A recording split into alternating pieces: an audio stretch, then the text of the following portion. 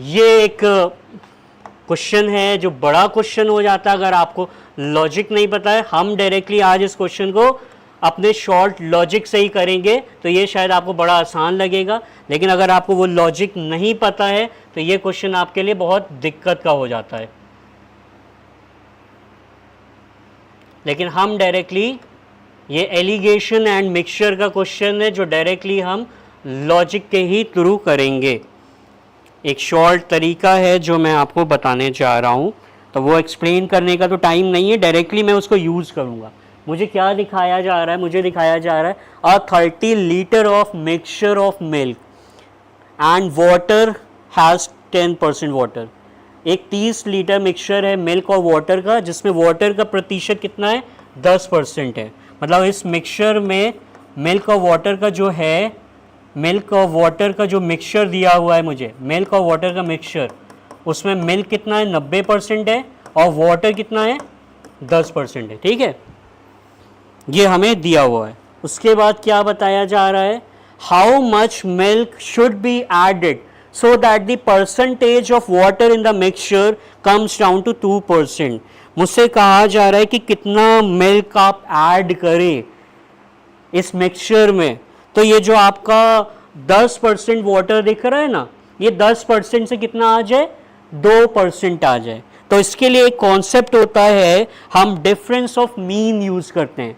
जो difference of mean होता है उसका रेशियो जो है वो क्वांटिटी के रेशियो के बराबर होता है। तो आपको करना क्या है? आपको एक मेथड है, आप बहुत सारी बुक्स में देखोगे, क्रॉस मल्टीप्लिकेशन मेथड।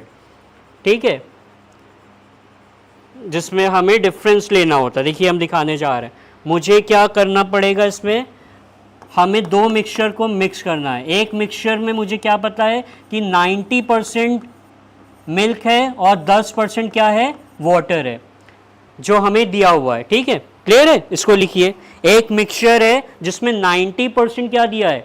मिल्क है और 10% क्या दिया हुआ है हमें?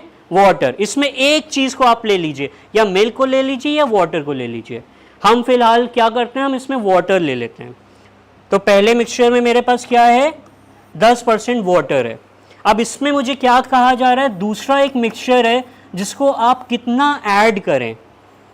वो मिक्सचर क्या है? वो प्योर मिल्क की बात कर रहा है। हाउ मच मिल्क, मतलब कितना मिल्क ऐड करें इसमें कि जो मिक्सचर में वाटर का प्रतिशत है वो कितना बन जाए? 2% बन जाए, है ना। तो दूसरे जो मिक्सचर है उसमें वाटर कितना है? 0% है ना। उसमें वाटर कितना होगा? प्योर मिल्क है ना, प्योर मिल्क है तो उसमें वाटर क्या होगा? 0% होगा। मिक्सचर 1 में वाटर कितना था? 10% था। मिक्सचर 2 जो मैं ऐड करने जा रहा हूं, मतलब मैं प्योर मिल्क को ऐड करने जा रहा हूं, तो उसमें वाटर कितना है? 0। उसके बाद यहाँ पे मिडिल में हमें वो वैल्यू लिखनी होती है जो मुझे अचीव करनी है। मुझे क्या अचीव करना है? मुझे अचीव करना है कि ये जो है इसमें वाटर कितना हो जाए? सिर्फ 2% हो जाए। तो मतलब मुझे क्या करना पड़ेगा? यहाँ पे क्या लिखना पड़ेगा? 2। उसके बाद क्या करते हैं? इन दोनों का डिफरेंस लेते हैं। इसका डिफरेंस लिया, 10 और 2 का डिफरेंस क्या आएगा? 8 आएगा। और 2 और 0 का डिफरेंस लिया तो क्या आएगा? 2 आएगा। इसका मतलब क्या हो रहा है? मैंने आपको क्या बताया था? आपको याद होगा मैंने कहा था difference of mean ratio is equal to the ratio of quantity. ये आपका एक प्रूफ है जो मैं यहां पे तो अभी नहीं करा सकता, आपको ये डायरेक्टली यूज करना पड़ेगा। तो ये मैं क्या कर रहा हूं? मैं डिफरेंस ऑफ मीन निकाल रहा हूं। मतलब मुझे पता है कि एक जगह जो वाटर है उसका प्रतिशत जो है वो 10 दिया गया है, एक जगह 0 दिया है। जो टारगेट मुझे अचीव करना है वो क्या है? 2%। तो इन दोनों का डिफरेंस लिया मैंने, तो मुझे क्या दिख रहा है? 2 और 8 का डिफरेंस दिख रहा है। मतलब 2:8, मतलब 1:4 का। इसका मतलब ये हुआ, इसका मतलब अगर आप लेना चाहेंगे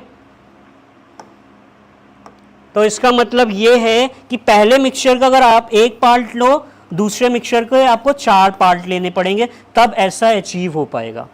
पहले मिक्सचर का अगर आप एक पार्ट ले रहे हो, ठीक है, तो आपको दूसरे मिक्सचर के कितने पार्ट लेने पड़ेंगे? मैंने क्या कहा? ये किसके बराबर होता है? रेशियो ऑफ क्वांटिटी के बराबर होता है। डिफरेंस ऑफ मीन का जो रेशियो है वो किसके बराबर दिख रहा है, रेशियो ऑफ क्वांटिटी के, ठीक है।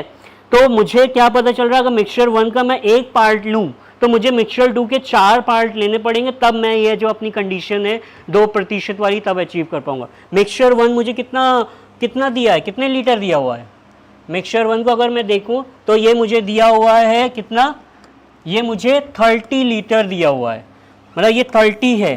तो अगर एक पार्ट 30 लीटर का है तो 4 पार्ट कितने के होंगे, 120 लीटर। मतलब मुझे कितना और ऐड करना पड़ेगा, 120 लीटर मुझे ऐड करना पड़ेगा।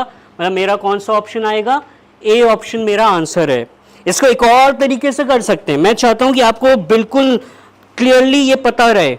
इसको मैं उल्टा भी कर सकता हूं। अभी मैंने क्या किया है, मैंने दोनों मिक्सचर में मैंने सिर्फ वाटर लिया है, अब मैं मिल्क को लेके काम करने जा रहा हूं। देखिएगा यही सेम चीज अगर मैं मिल्क को लेके करता तो क्या होता, पहले मिक्सचर में मिल्क कितना है, 90% है। पहले मिक्सचर में अगर आप देखेंगे मिल्क की क्वांटिटी कितनी दी है, 90% है। दूसरे मिक्सचर में आप देखिए मिल्क की क्वांटिटी कितनी है, 100% है। और मुझे मिल्क की क्वांटिटी कितनी बनानी है, मुझे चाहिए कि मिल्क की क्वांटिटी जो हो जाए वो 98% हो जाए, तभी तो 2% वाटर बनेगा। एक और तरीका है, लेकिन एक ही चीज लेनी है। अगर आप मिल्क ले रहे हो तो मिल्क लोगे, वाटर ले रहे हो तो वाटर ले रहे हो। पहले केस में मैंने क्या किया था, सिर्फ वाटर लिया था। दूसरे केस में मैं क्या दिखा रहा हूं, मैं मिल्क ले रहा हूं। मतलब मिक्सचर 1 में मिल्क कितना है, 90 है, और मिक्सचर 2 में मिल्क क्या है, पूरा प्योर मिल्क है, तो वो 100% मिल्क है। हमें कितना चाहिए, हमें मिल्क का परसेंट 98 चाहिए, तभी तो 2% वाटर रह जाएगा। इन दोनों का डिफरेंस क्या हो रहा है, 2। इन दोनों का डिफरेंस क्या हो रहा है, 8। अभी भी ये रेशियो क्या आ रहा है, 1:4 ही आ रहा है ना, वही सेम आ रहा है जो मैंने अभी निकाला था, 1:4। मतलब पहला मिक्सचर जितना भी होगा उसका 4 गुना आपको दूसरा मिक्सचर लेना पड़ेगा, तब आप ये कंडीशन अचीव कर पाओगे। अब पहला मिक्सचर मेरा कितना दिया हुआ है, 30 लीटर दिया हुआ है, तो दूसरा मिक्सचर मुझे कितना लेना पड़ेगा, 120। जब 30 लीटर इस मिक्सचर में 120 लीटर दूध मिलाऊंगा, तब जाके ये वाली कंडीशन मैं अचीव कर पाऊंगा। मैंने इसको इसलिए इतना बताया कि आपको क्लियर हो जाए। ये दोनों तरीके आपको एक करना है, आपको दोनों नहीं करना है, आपको एक करना है। अगर आप मिल्क का कंपैरिजन कर रहे हो तो मिल्क का मतलब एक क्वांटिटी को ही कंपेयर किया करिए। अगर हम वाटर को कंपेयर कर रहे हैं तो वाटर को ही कंपेयर करेंगे, ठीक है। चलिए क्लियर है, आगे चलते हैं। समझ में आ गया आप लोग को।